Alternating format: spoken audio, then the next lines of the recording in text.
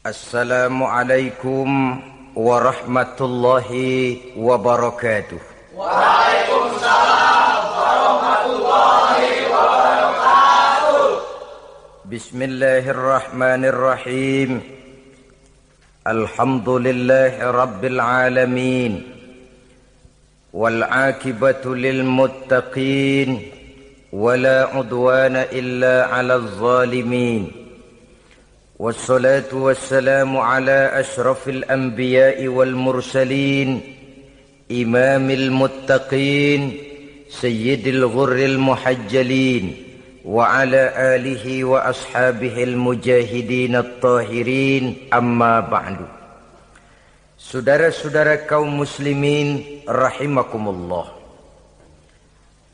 Nabi Musa alaihi salam adalah salah seorang nabi yang termasuk di dalam kelompok ulul azmi, 5 di antara yang terbesar.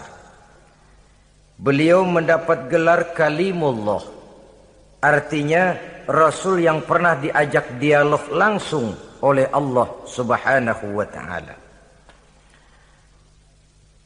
Seperti yang kita maklum bahwa di zaman Nabi Yusuf alaihi salam beliau membawa serta seluruh keluarganya untuk tinggal di Mesir. Maka berkembang biaklah keturunan Bani Israel di tanah Mesir. Sampai di zaman pemerintahan Ramses II yang merasa khawatir dengan semakin banyaknya keturunan Bani Israel di Mesir akan menghancurkan kekuasaan daripada kerajaannya. Ramses II inilah yang kita kenal sebagai Fir'aun di zaman Nabi Musa alaihi salam. Maka terjadilah kemudian kebijaksanaan yang tidak bijaksana. Orang-orang tua dari Bani Israel dikerjakan secara paksa, membangun bangunan-bangunan mercusuar. Kemudian bayi-bayi dari Bani Israel dibunuh. Orang tuanya disuruh kerja paksa, bayi laki-lakinya dibunuh. Dengan target agar Bani Israel hapus dari permukaan bumi ini. Tetapi kehendak Allah pasti juga akan terjadi. Maka lahirlah Nabi Musa alaihi salam, yang kelahirannya disembunyikan oleh orang tuanya dari pengetahuan umum. Namun bagaimanapun disembunyikan, kekhawatiran itu datang juga di hati ibu Nabi Musa alaihi salam. Allah kemudian memberikan ilham kepada ibu daripada Nabi Musa. Masukkan anakmu ke dalam satu peti, hanyutkan di sungai Nil. Itu dilakukan oleh ibu Nabi Musa alaihi salam. Dimasukkannya bayi Musa ini ke dalam peti, ditutup rapat, dihanyutkan di sungai Nil. Kemudian ibu tadi memerintahkan saudara perempuannya untuk mengikuti kemana peti ini hanyut di bawah arus sungai Nil. Adapun peti ini kemudian hanyut dibawa oleh arus sungai Nil memasuki istana Fir'aun. Maka permaisuri atau istri daripada Fir'aun melihat peti hanyut itu, diperintahkan tentaranya untuk mengambil peti tadi. Manakala peti terbuka, berisi seorang bayi laki-laki yang sangat mungil, sangat gembiralah istri daripada Fir'aun. Diusulkannya kepada suaminya agar bayi laki-laki tadi diambil saja, dijadikan sebagai anak angkat, dipelihara dan dibesarkan dalam istana. Fir'aun menerima usul daripada istrinya. Maka sejak saat itu dijaga, dipelihara dan dibesarkanlah Nabi Musa alaihi salam di lingkungan istana Fir'aun laknatullah alaihi. Begitulah ia memasuki masa remajanya, tumbuh sebagai anak angkat daripada Fir'aun dengan segala fasilitas yang serba cukup di dalam istana Fir'aun. Sampai pada masanya di mana ia kemudian menyadari bahwa ia sebenarnya bukan dari keturunan orang-orang Mesir, tapi berasal dari keturunan Bani Israel. Sehingga satu hari ketika ia keluar dari istana, ia bertemu dengan orang yang sedang bertengkar. Satu dari keturunan Bani Israel, satu lagi dari orang Mesir. Musa membantu orang Israel ini melerai perkelahian, tapi kemudian Nabi Musa memukul orang Mesir tadi, dan memang hebat, sekali pukul mati. Saudara-saudara, tidak sengaja Nabi Musa itu hanya memukul, memberikan peringatan, tapi mati. Ini disembunyikan oleh Nabi Musa, tapi bagaimanapun disembunyikannya, akhirnya toh tahu. Apalagi Fir'aun sejak awal memang sudah mendapat firasat. Jangan-jangan inilah yang banyak diramalkan oleh dukun-dukunku, ahli nujum di istanaku, bahwa akan lahir seorang anak laki-laki dari keturunan Bani Israel yang akan menghancurkan kekuasaanku, memusnahkan kerajaanku. Jangan-jangan ini orangnya. Sejak hari pertama menemukan bayi Musa, Fir'aun sudah punya firasat ke arah itu. Tapi karena kalah oleh desakan istrinya, maka diterimalah Musa untuk dibesarkan di dalam lingkungan istana. Sehingga akhirnya oleh karena perasaan bersalah ini, Nabi Musa melarikan diri. Melarikan diri dari istana Fir'aun. Setelah nyata-nyata bahwa dia memang keturunan Bani Israel. Melarikan dirilah Nabi Musa alaihi salam keluar dari Mesir menuju negeri Madian. Di dalam pengembaraannya, saudara-saudara, di satu lembah, Nabi Musa ketika itu belum menjadi nabi. Pemuda Musa ketika itu sedang beristirahat. Dari kejauhan dilihatnya orang sedang berdesak-desakan. Rupanya adalah pengembala-pengembala kambing yang akan mengambil air dari dalam sumur. Mereka berdesak-desakan, berebut karena sumur cuma satu, yang ngambil air kelewat banyak. Di antara desakan-desakan orang itu, Nabi Musa melihat dua orang wanita kakak beradik minggir saja, tidak ikut berdesak-desakan. Nabi Musa menghampiri dua wanita tadi. Kamu sedang apa di sini? Kami sebenarnya ingin mengambil air. Kenapa tidak ikut berdesak-desakan? Itulah soalnya. Mereka laki-laki semua, gagah perkasa pula. Kalau kami ikut berdesak-desakan, bagaimana jadinya kami? Biarlah kami mengalah menunggu sampai mereka selesai semuanya, baru kami akan mengambil air. Mengertilah Nabi Musa bahwa wanita kakak beradik ini demikian halus akhlaknya. Gak mau berdesak-desakan sama orang laki. Budi pekertinya sedemikian luhur. Tungguin aja dah, ntar juga beres. Kalau semua udah kan pada minggir, kita nggak pakai berdesak-desakan. Saudara hadirin, menyadari kodrat kewanitaannya, sehingga berdesak-desakan itu saja sudah dianggap bisa mengurangi citranya sebagai wanita. Biar dia ngalah aja, tungguin ntar juga rapi. Bukan malah ikut ngerangsek. Enak nih berdesakan sama orang laki nih, lumayan nih.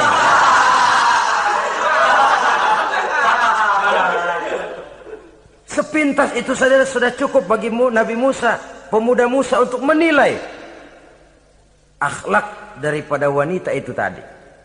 Oh, kalau kamu nunggu begini aja lama, kata Nabi Musa. Sudah, sini saya tolongin.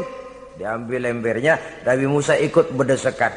Karena Nabi Musa memang kuat badannya, gak lama sudah dapat air. Sodorakan ke sana. Si wanita segera tahu bahwa pemuda ini begitu baik budi pekertinya, mau menolong orang yang dalam kesusahan. Akhirnya, bagaimana kalau kamu ikut saja ke rumah saya? Bapak saya sudah tua, senang hatinya kalau kamu ikut ke rumah, kenalan sama bapak saya. Ayolah, ayolah, berangkatlah. Dalam perjalanan, si wanita ini berjalan duluan, Nabi Musa di belakang. Kemudian Nabi Musa bilang, sebentar, saya duluan, kamu belakangan. Kenapa rupanya? Angin nakal bertiup menghembus pakaian si wanita, sehingga memberikan gambaran yang agak jelas tentang warna, bentuk, postur badan si wanita itu tadi. Sekarang Musa yang menunjukkan budi pekerti yang luhur. Gak mentang-mentang ditiup angin, nah mumpung nih.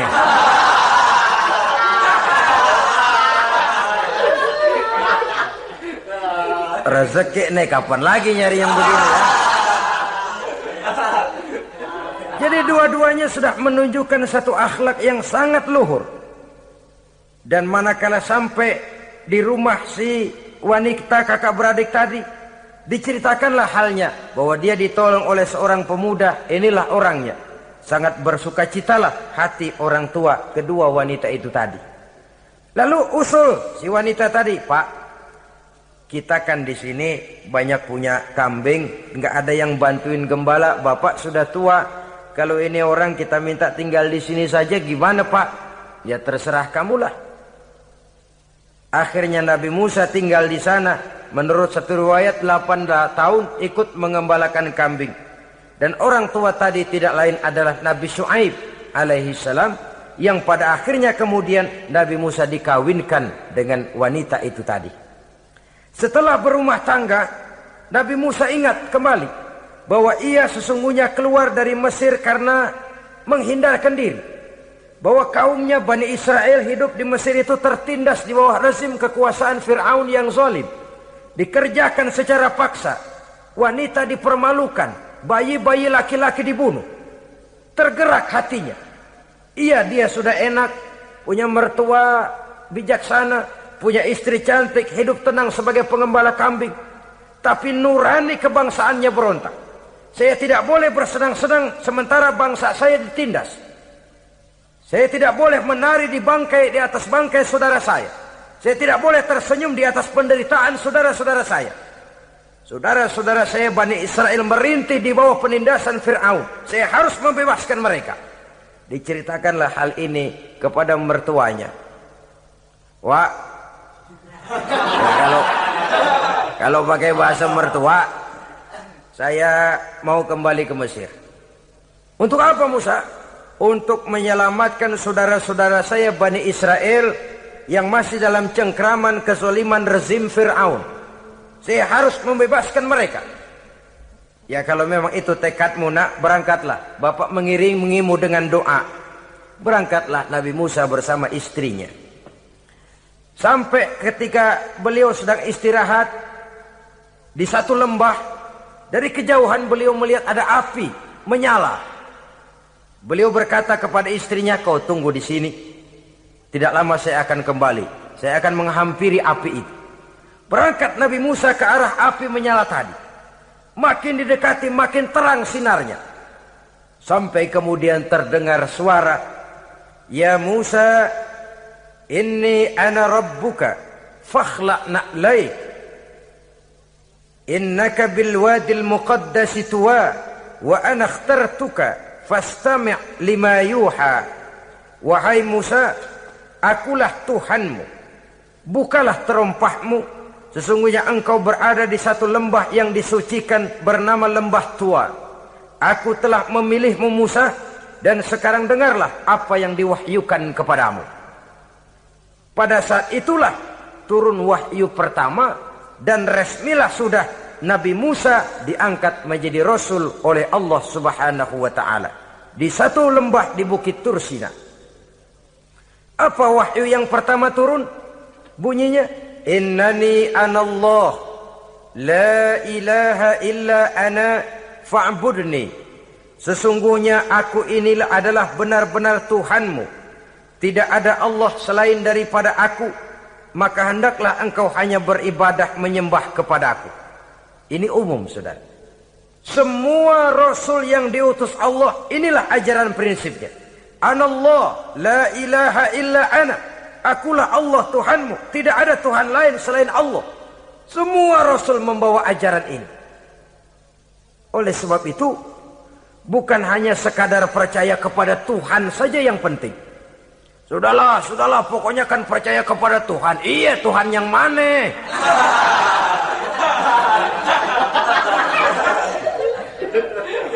Sebab kalau sekadar percaya kepada Tuhan, rasanya semua agama percaya kepada Tuhan.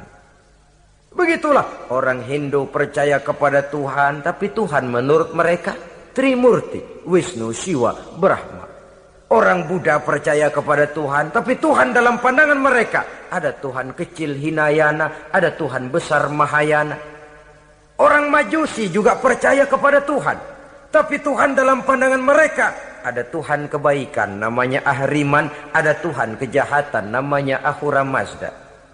Orang Nasrani juga percaya kepada Tuhan, tapi Tuhan kata mereka dalam bentuk Trinitas. Tuhan Anak, Tuhan Bapa, Ruhul Kudus. Ini semua Tuhan dalam pandangan mereka.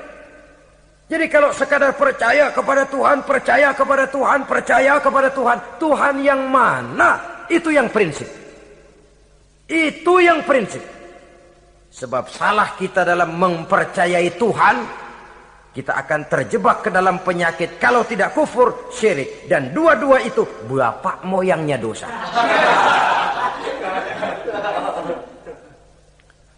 Begitu Islam menyelamatkan kita masyarakat manusia.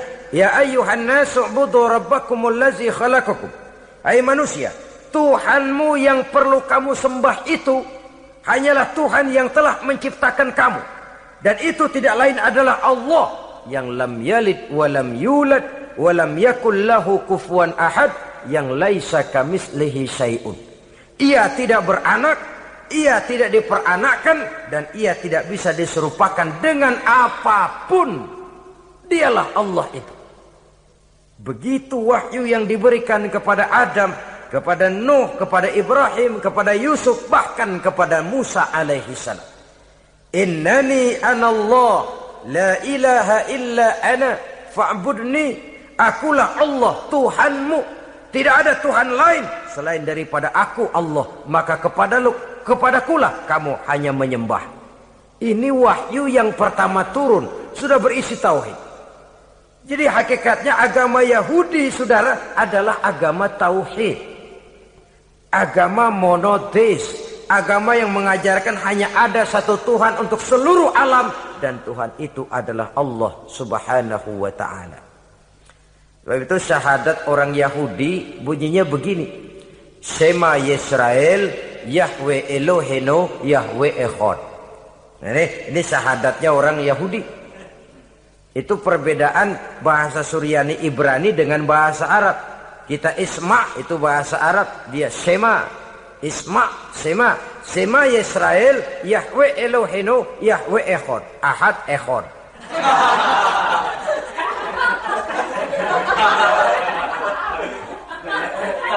Maksudnya jelas. Shema Yisrael, Yahweh Elohenu, Yahweh Echad. Dengarlah hai Israel, Tuhan kita ialah Tuhan yang Esa. Yahweh kata mereka, Tuhan kita ialah Tuhan yang Esa. Esa tunggal, tidak beranak, tidak diperanakan. Kalau masih beranak, masih diperanakan, jangan Esa disebut, sebab dia masih berbilang. Dan maha suci Allah daripada sifat berbilang. Jadi asas dari seluruh misi yang dibawa oleh Rasul yang 25 itu sama. Tauhid inti ajarannya. Setelah tauhid, wa aqimis sholata li dzikri, dan dirikanlah solat untuk mengingat aku. Jadi solat pun diwajibkan kepada Nabi Musa. Cuma teknisnya yang berbeda. Bagaimana solat di zaman Nabi Musa, bagaimana solat di zaman Nabi Sulaiman, bagaimana solat di zaman Nabi Muhammad. Prinsipnya sama, solat. Teknisnya yang berbeda. Di zaman Nabi Sulaiman konon solat itu tidak pakai ruku, tidak pakai sujud, diri saja. Makanya Nabi Sulaiman itu menurut riwayat meninggalnya dalam posisi berdiri. Artinya apa? Dalam keadaan solat beliau itu. Bukan diri ngejedek kayak kita nungguin bus, bukan.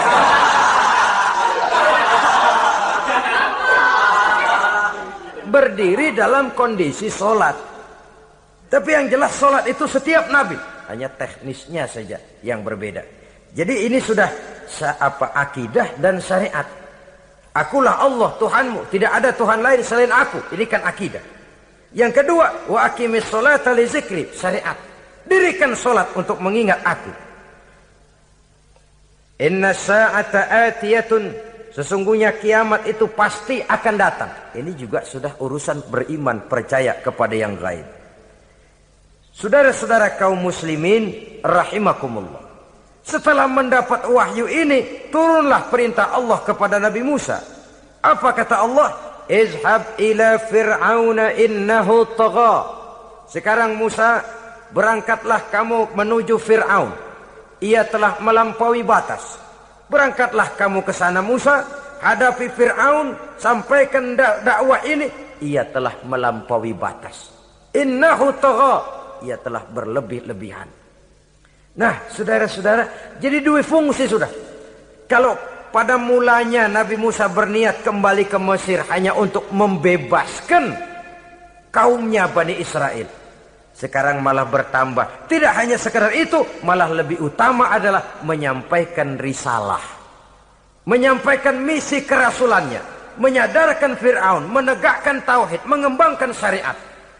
Bertambahlah tugas Nabi Musa sebagai pejuang bangsa, juga sebagai mujahid, pejuang agama. Pada mulanya sebagai pejuang bangsa tuh.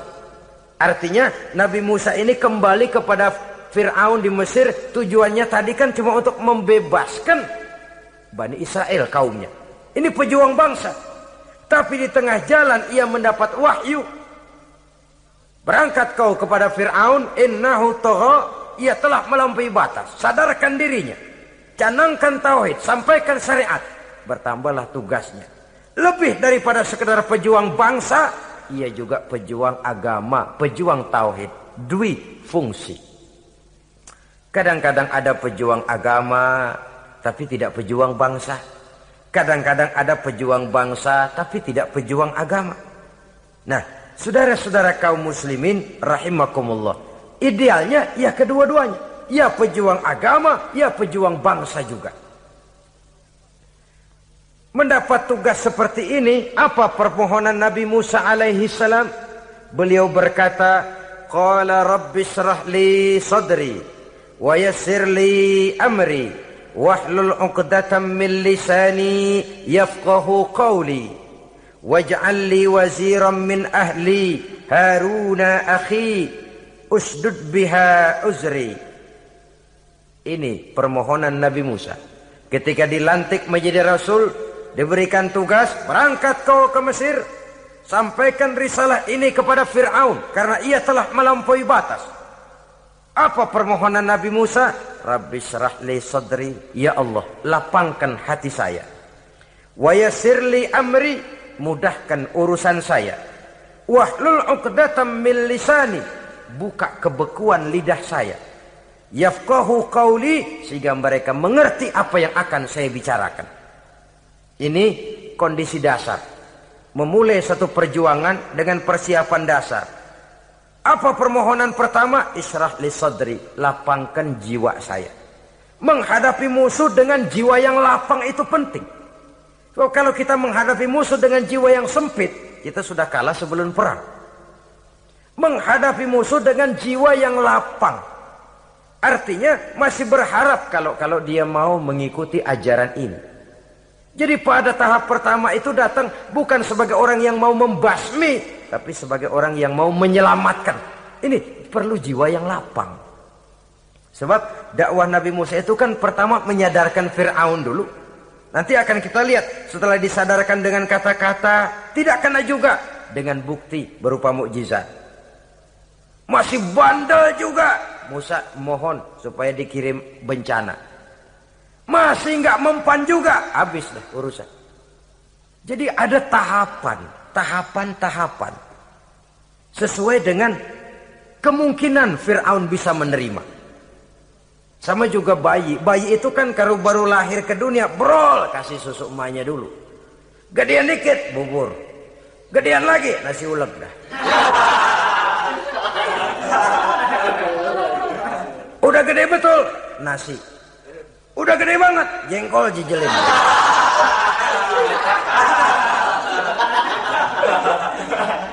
Jadi ada semacam tahapan. Kalau begitu lahir dikasih jengkol kan habis. Peringatan dulu. Setelah peringatan, bukti berupa mukjizat. Dihadapkan dengan sihir, menang mukjizat.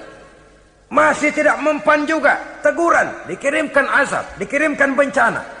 Masih tidak mempan juga, sudah ditenggelamkan oleh Allah di Lautan Merah. Itu akan kita ceritakan kemudian nanti.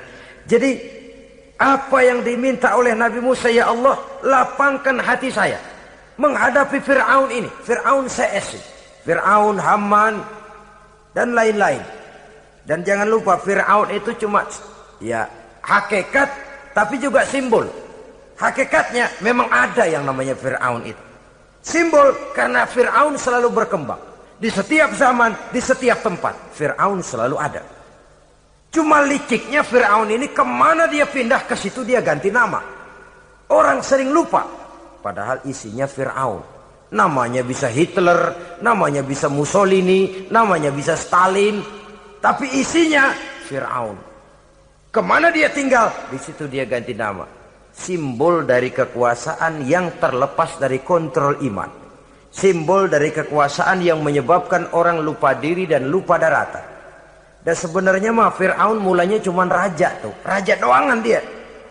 Cuman kelamaan jadi raja, kagak mau turun-turun. Akhirnya dia menganggap tidak ada yang lebih tinggi daripadanya. Apalagi ketika Nabi Musa datang mengajarkan ada Tuhan lain, yaitu ada Tuhan yang sebenarnya, yaitu Allah. Lah Fir'aun sampai kepada puncak kekurang ajarannya, memproklamirkan diri sebagai Tuhan. Ana rabbukumul a'la. Bukan karena kebodohannya sebenarnya, tapi karena gengsi kekuasaannya. Nah ini, gengsi kekuasaan ini sering menyebabkan orang overacting. Fir'aun bukan bodoh, bukan. Fir'aun bukan tidak tahu kalau Musa itu benar, tahu. Fir'aun bukan tidak ngerti kalau itu mukjizat, sihir kalah, tahu. Tapi gengsi kekuasaan. Gua kan raja, masa di depan rakyat tunduk sama Musa? Gengsi dong.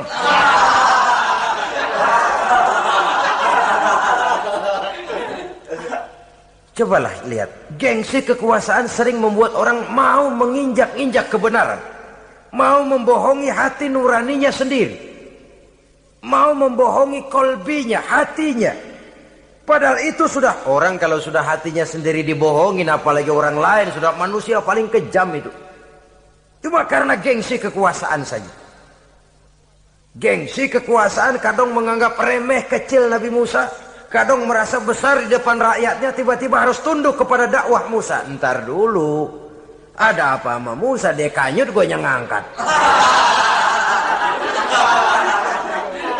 Iya toh, peristiwa di Sungai Nil itu.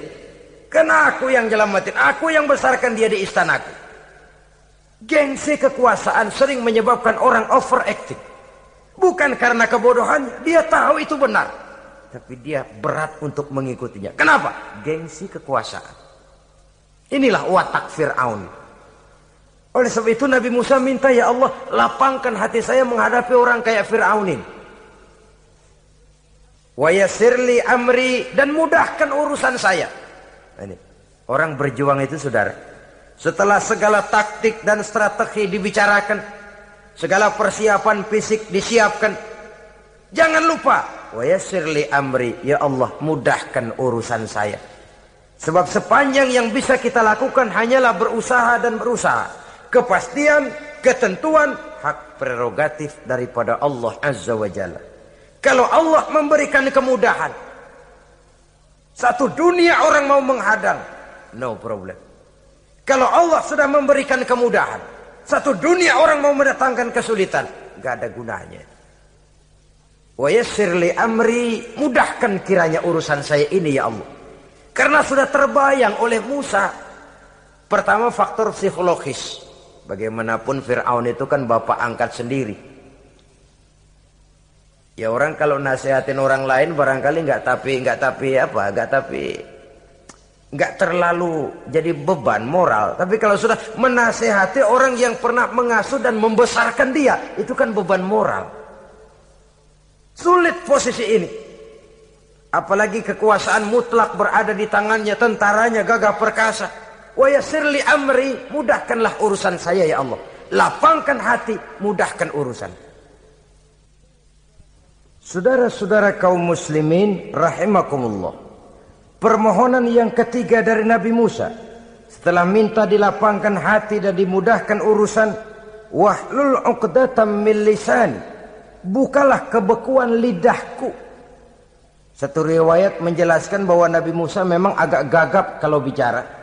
Riwayat lain menjelaskan bahwa beliau agak sedikit cadel. Tapi yang jelas, minta agar dibukakan kebekuan lidah.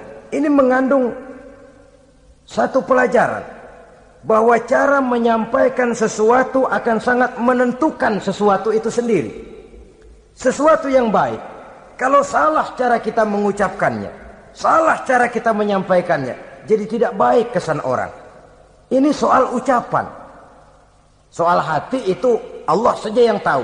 Tapi kan orang sebelum tahu hati ini, omongan yang didengar, tingkah laku yang dilihat. Maka ini yang diminta oleh Nabi Musa alaihissalam. Misi risalah ini berat. Menyampaikan pesan ilahi ini tidak ringan. Kalau salah saja ngomong, akan timbul kesalah pengertian. Oleh sebab itu, wahlul 'uqdatam min lisani, bukalah kebekuan lidah saya ini, supaya lancar bicara untuk menyampaikan yang hak, menghancurkan yang batil. Cara kita menyuguhkan sesuatu sangat menentukan sesuatu itu sendiri.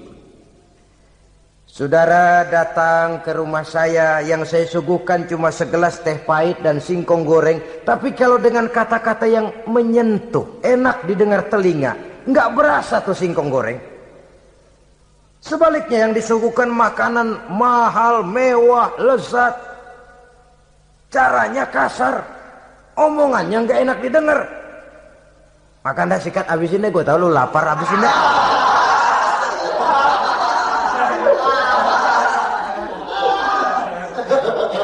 Rasanya biar lapar juga nahan juga gitu. Apa itu? Bukan makanannya yang tidak enak, bukan kita nggak doyan, bukan, caranya itu loh, caranya. Nah, Islam ini agama yang baik. Kalau disampaikan dengan kata yang tidak baik, akan timbul, oh Islam kok gitu ya. Nah ini yang tidak diinginkan oleh Nabi Musa. Wahlul 'uqdatam min lisani.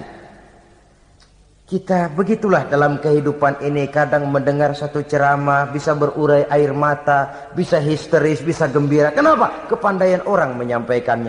Bicara dia 2-3 jam, rasanya baru 5 menit, baru sebentar kok, tahu-tahu sudah selesai. Ada yang udah setengah jam, baru seperempat jam ngomong, udah rasanya udah kayak 3 jam.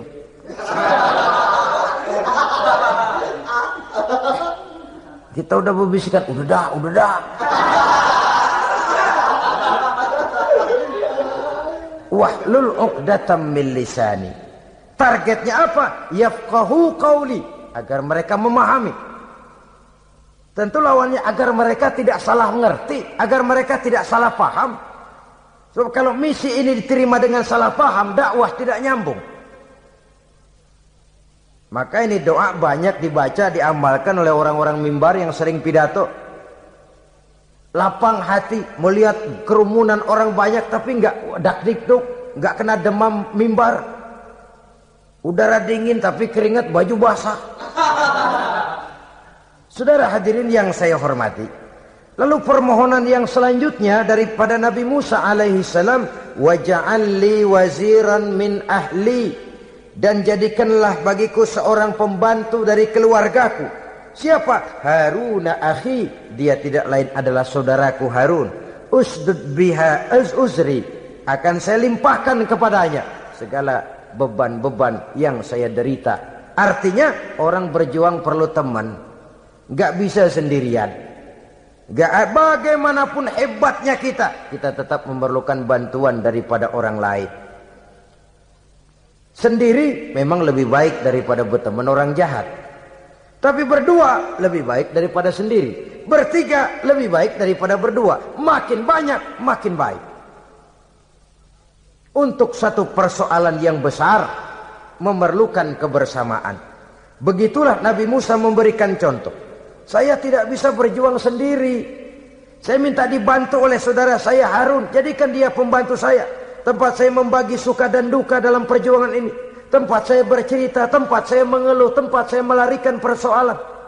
Sebab beban hati itu akan berkurang kalau kita ada tempat kita bercerita. Nah, saudara-saudara, berangkatlah Nabi Musa ke Mesir. Kemudian mulai menyampaikan dakwahnya kepada Fir'aun, laknatullah alaih. Fir'aun mendengar Musa datang kembali. Kemudian terjadilah forum dakwah itu. Apa kata Fir'aun? Musa, kamu kemana saja? Saya pergi ke Madian. Apa yang kamu lakukan? Begini, begini, begitu. Kamu melarikan diri? Pada mulanya iya. Dan sekarang apa maksud kamu datang kembali ke Mesir? Semula saya ingin membebaskan kaum saya Bani Israel. Lalu saya kemudian menerima wahyu dari Allah. Ditugaskan, diperintahkan langsung oleh Allah, Sang Maha Komandan, untuk datang menemui Tuhan, menyadarkan Tuhan dari kesesatan selama ini. Siapa Allah itu Musa? Allah adalah Tuhan saya dan Tuhan juga dan Tuhan seluruh alam ini. Baru nih Musa. Saya baru dengar nih. Ada yang begini nih. Tuhanlah pakai nggak kelihatan. Tuhanlah cuma satu. Yang Tuhannya banyak aja masih kelaparan.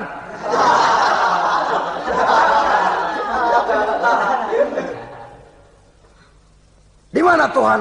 Tuhan saya bersemayam di aras, tempat yang sangat tinggi. Hei Haman, kata Fir'aun kepada Perdana Menterinya, bikin menara yang tinggi. Bikin rakyat kerja paksa lagi, bikin menara tinggi. Naik Fir'aun ke atasnya, melepas panah dari atasnya.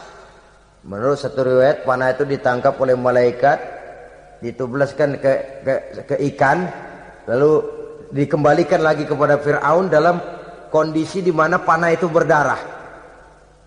Dia tangkap lagi oleh Fir'aun, turun ke bawah, pidato di depan rakyatnya. Lihatin, Tuhan Musa udah saya panah nih. Mati. Saudara hadirin yang saya hormati, dengan segala macam dalih Fir'aun mencoba mengingkari dakwah Nabi Musa alaihi salam. Baiklah Musa, andai kata kamu benar, apa buktinya? Tuhan mau apa? Kamu sanggup menandingi tukang sihir saya? Insya Allah. Ayo kumpul tukang sihir, kumpul. Kumpulkan tukang sihir, dilepaskan tali-tali kecil, berubah jadi ular mengejar Musa. Musa oleh Allah difirmankan, lemparkan tongkatmu Musa. Musa melemparkan tongkatnya. Tongkat Musa kemudian berubah menjadi ular besar yang menerkam ular-ular kecil tadi. Habis itu ular kecil ciptaan tukang sihir Fir'aun. Begitu hebat mukjizat yang diberikan Nabi Musa. Dan Fir'aun tahu itu mukjizat. Tapi dia ingkar juga. Tidak mau beriman. Sudah nyata bukti, sudah jelas saksi. Dia tetap ingkar. Akhirnya Nabi Musa berdoa memohon kepada Allah. Rabbana innaka ataita fir'auna wa mala'ahu zinatan wa amwalan fil hayatid dunya. Wahai Allah, sungguh engkau telah memberikan kepada Fir'aun dan para pembesarnya zinatan, segala macam perhiasan, wa amwalan, dan segala macam harta benda, fil hayatid dunya, di dalam kehidupan dunia ini. Rabbana liyudillu an sabilik, semuanya hanya menyebabkan mereka jadi sesat dari jalanmu.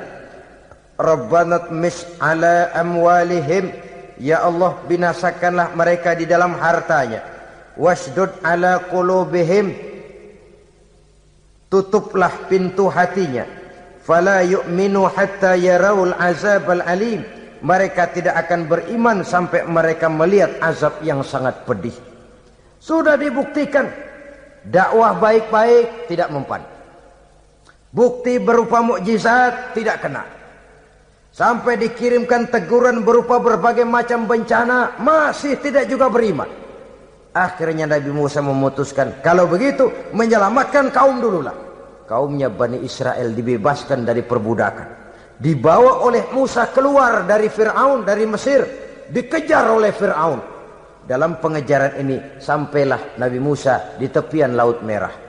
Buntu, depan laut, belakang tentara Fir'aun. Maju, kecebur. Mundur, kepergok musuh. Enggak ada pilihan lain. Dalam kondisi seperti ini, Allah subhanahu wa ta'ala berfirman kepada Musa, lemparkan tongkatmu ke laut, hai Musa. Musa melemparkan tongkatnya ke laut. Terjadilah mukjizat. Laut terbelah, jalan muncul ke permukaan laut. Lewat Musa di jalan itu.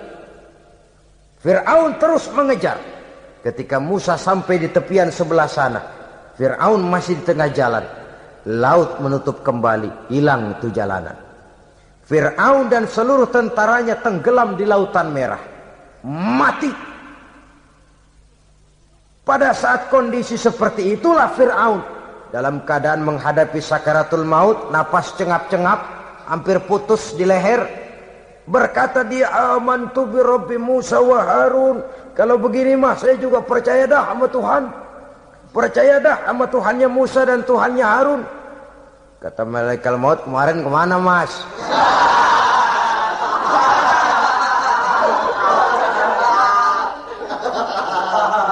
Sudah gini hari baru mau percaya, terlambat.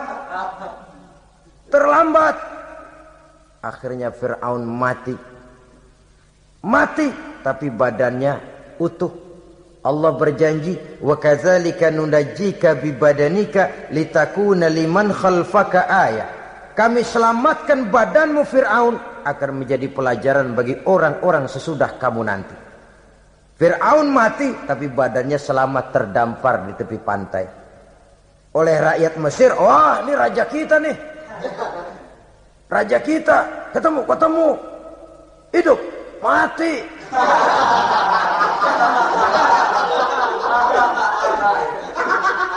Kemudian sesuai dengan tradisi raja waktu itu, dimumilah badannya, diawetkan. Sehingga sampai sekarang, jenazah atau jasad daripada Fir'aun ini masih tersimpan dengan baik di museum negara di Mesir itu. Saudara-saudara kaum muslimin rahimakumullah. Jadi satu hal yang bisa kita ambil pelajaran daripada riwayat perjalanan dakwah Nabi Musa ini, bahwa dakwah menyampaikan risalah memang bukan jalan lurus dan licin bertabur bunga di kanan kirinya. Dakwah menyampaikan pesan agama, jalannya berliku, berbelok, menanjak, menurun, banyak onak dan duri di sekelilingnya. Yang paling makan hati adalah apabila sudah berdakwah kepada penguasa yang zalim, seperti halnya Fir'aun ini. Bagaimanapun ia punya kekuasaan, ia punya tentara, ia bisa menghitamkan yang putih, ia bisa memutihkan yang hitam. Kalau bukan iman yang jadi landasan moral dalam perjuangan, orang mudah frustasi. Kalau berdakwah kepada rakyat kecil, resiko kurang. Kalau berdakwah kepada para pengusaha, resiko kurang. Kalau berdakwah kepada kelompok-kelompok yang tidak memegang kekuasaan, resiko kurang. Tapi kalau sudah kelompok memegang kekuasaan, yang tersinggung gengsi kekuasaannya, disitulah resikonya sedemikian besar. Ini yang dihadapi oleh Nabi Musa alaihi salam. Tapi yang dijalaninya dengan tabah, dengan tekun. Karena kebenaran memang bisa ditekan, tapi satu hal yang jelas, kebenaran sama sekali tidak akan bisa dikalahkan. Buat sementara dia bisa ditekan, tapi lambat atau cepat dia pasti akan muncul ke permukaan, dan kebenaran jugalah yang akan tampil sebagai pemenang. Sebenarnya kurang apa Fir'aun? Kekuasaan mutlak berada di tangannya. Seluruh menteri-menterinya adalah pendukungnya belaka. Rakyat dipaksa untuk takut dan taat kepadanya. Dia adalah kekuasaan tunggal di Mesir. Sementara kaum Bani Israel berada di bawah penjajahannya, penindasannya, kesewenang-wenangannya. Dan bahkan ketika Nabi Musa sudah menyampaikan dakwahnya, Fir'aun malah sempat mengungkap jasa. Musa, kamu kok sekarang bisa begitu? Enggak ingat ya dulu kamu hanyut di sungai Nil, istri saya kan yang angkat, saya yang besarkan di istana saya. Kok sekarang kamu bisa ngelawan saya sih? Ini biasa. Apa jawab Nabi Musa? Kenikmatan yang kau berikan kepada saya belum seberapa ketimbang penghinaanmu kepada kaum saya Bani Israel. Jangan kau menyangka Fir'aun, kalau saya kau bikin senang, saya lalu akan mau mengkhianati bangsa saya sendiri. Tidak. Sama sekali kesenangan yang kau berikan kepada saya tidak akan menutup mata saya dari kondisi yang dihadapi oleh kaum saya, oleh umat saya.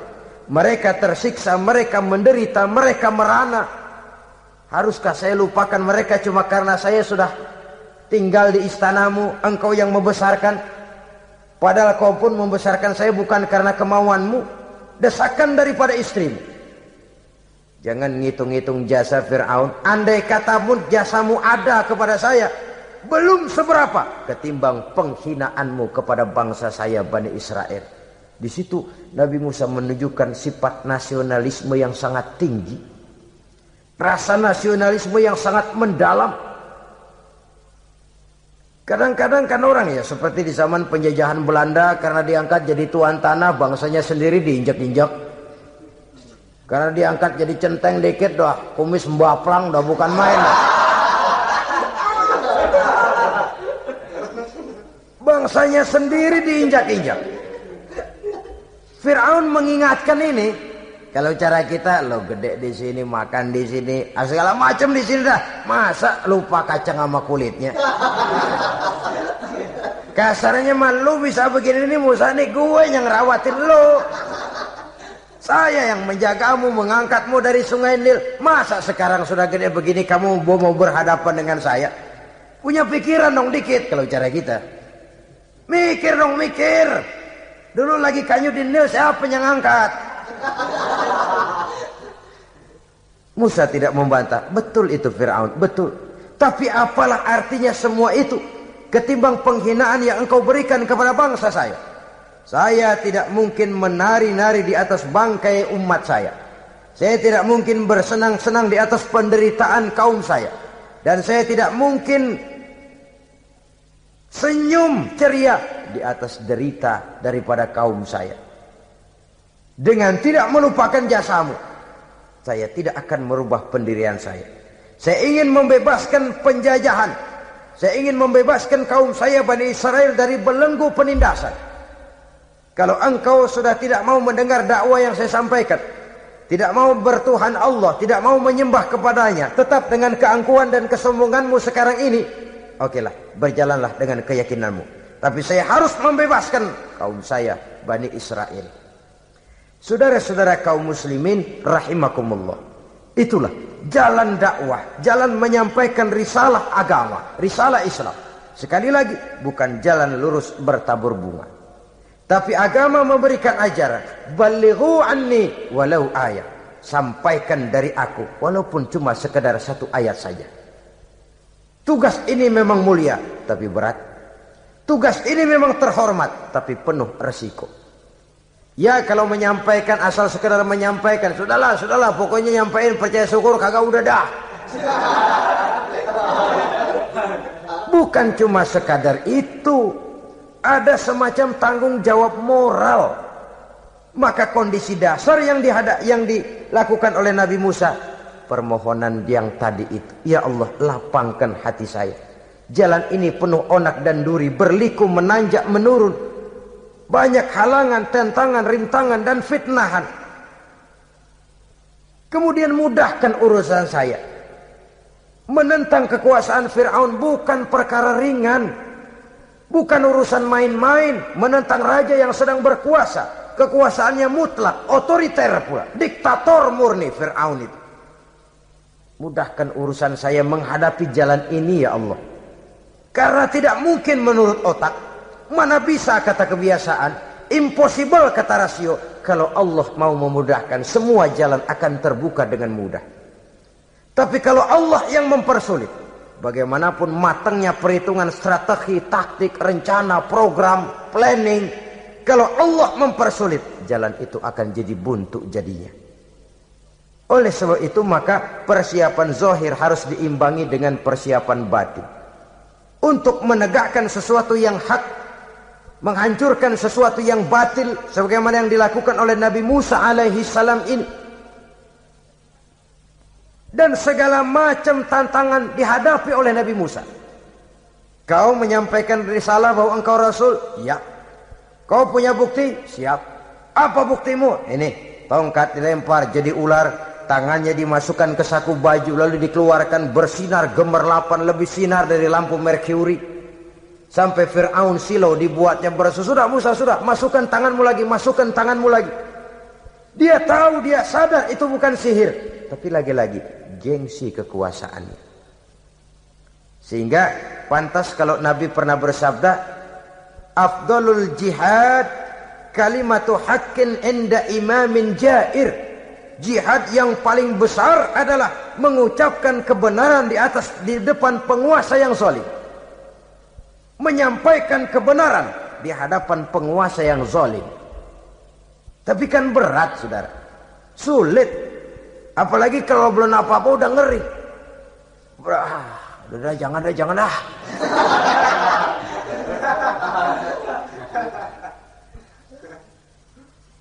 Itu sebabnya Ishrah li sadri, lapangkan hati saya.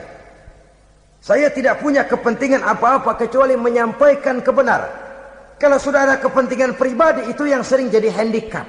Itu yang sering jadi jurang pemisah antara kita dengan orang yang akan kita sampaikan kebenaran tadi. Saudara-saudara kaum muslimin rahimakumullah, maka terasa benar relevannya doa yang diajarkan oleh Rasul kepada kita. Allahumma arinal haqqa haqqa warzuqna ittiba'ah wa arinal batila batilan warzuqna ijtinabah. Ya Allah, tunjukkan kepada saya bahwa yang benar itu benar, berikan saya kekuatan untuk mengikutinya. Ya Allah, tunjukkan kepada saya bahwa yang salah itu salah, berikan saya kekuatan menghindarinya. Kenapa? Orang sering tahu bahwa itu benar, tapi tidak berdaya mengikutinya. Seperti Fir'aun tahu bahwa Musa itu benar. Abu Jahal, Abu Lahab juga tahu bahwa Nabi Muhammad itu benar. Abrahat juga tahu bahwa Nabi Ibrahim itu benar. Namrus juga tahu Ibrahim itu benar. Tapi mereka tidak berdaya mengikuti kebenaran karena gengsi kekuasaannya. Kadang kita tahu bahwa itu salah itu. Tapi karena dilakukan oleh orang yang punya kekuasaan, kita lalu tidak berdaya menghindarinya. Malah terjebak ikut-ikutan salah. Lalu menghibur-hibur diri. Sudahlah, tak ada gading yang tak retak. Bukankah dengan demikian kita sudah melegimitir kesalahan? Tahu bahwa itu benar dan mampu mengikutinya, itu nikmat. Tapi tahu itu benar namun tidak berdaya mengikutinya, itu mendatangkan siksaan batin. Tahu itu salah dan mampu menegur, itu nikmat. Tahu bahwa itu salah tapi larut ikut salah, nimbrung dalam kesalahan, itu mendatangkan tekanan batin. Jadi tahu kebenaran itu penting, tapi terketuk hati mengikuti kebenaran itu jauh lebih penting. Semua kita tahu Islam itu benar, tapi semua yang tahu Islam itu benar maukah mengikuti ajaran Islam? Tidak. Semua orang tahu kalau judi itu batil. Hatta penjudi yang paling kakap pun mesti tahu kalau itu batil, itu tidak baik. Tapi dia tidak berdaya untuk menghindarkannya. Terjebak ke dalam penyakit itu tadi. Oleh sebab itu, saudara-saudara kaum muslimin yang saya cintai, tidak ada satu ucapan yang lebih baik. Dalam istilah Quran itu Allah menjelaskan, wa man ahsanu qawlan mimman da'a ila Allah wa amila salihan wa qala innani minal muslimin. Ucapan siapakah yang lebih baik dalam hidup ini selain daripada mimman da'a ila Allah, selain daripada ucapan orang-orang yang menyeru ke jalan Allah, orang-orang yang menyadarkan kepada agama. Ini jalan Allah, mari ikuti. Itu jalan setan, mari tinggalkan. Wa amila salihan, tidak cukup sekedar berdakwah mengajak orang ke jalan Allah, dia juga beramal soleh.